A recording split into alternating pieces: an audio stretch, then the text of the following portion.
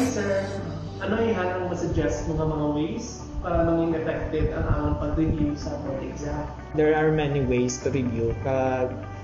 Damo gid siya nga kilangan mo explore, pero one nga effective na kag proven na gid niya gagana are index cards. So gusto mo gid matandaan kung ano mga formula mo. So amo ni nga index card gamiton ta. Ano mo ni ang akong mga tips para sa mo para ma-utilize mo efficiently ang index card mo. So first of all, may sizes ang index card. Ang sizes pag gusto ko na lang na kung anong tawhay sa mo. Next is amo na ang pag-layout mo, which is very important. Kay the way mo mag-layout, amo man ang way nga matandaan mo. So i-layout mo siya nga mas suppose sa mo magbasa, and I advise nga gamitan yung highlighter para makita nyo gid may color bala ka mo nga matandaan nyo gid ay yellow to, amo ni formula ang yellow, ay violet to, meaning note to siya.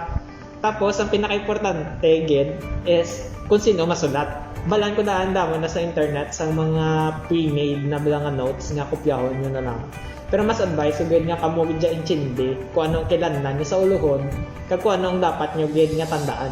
So kung may mga questions ka mo in terms of how to study efficiently, feel free mag-message sa aton na page or sa akon mismo.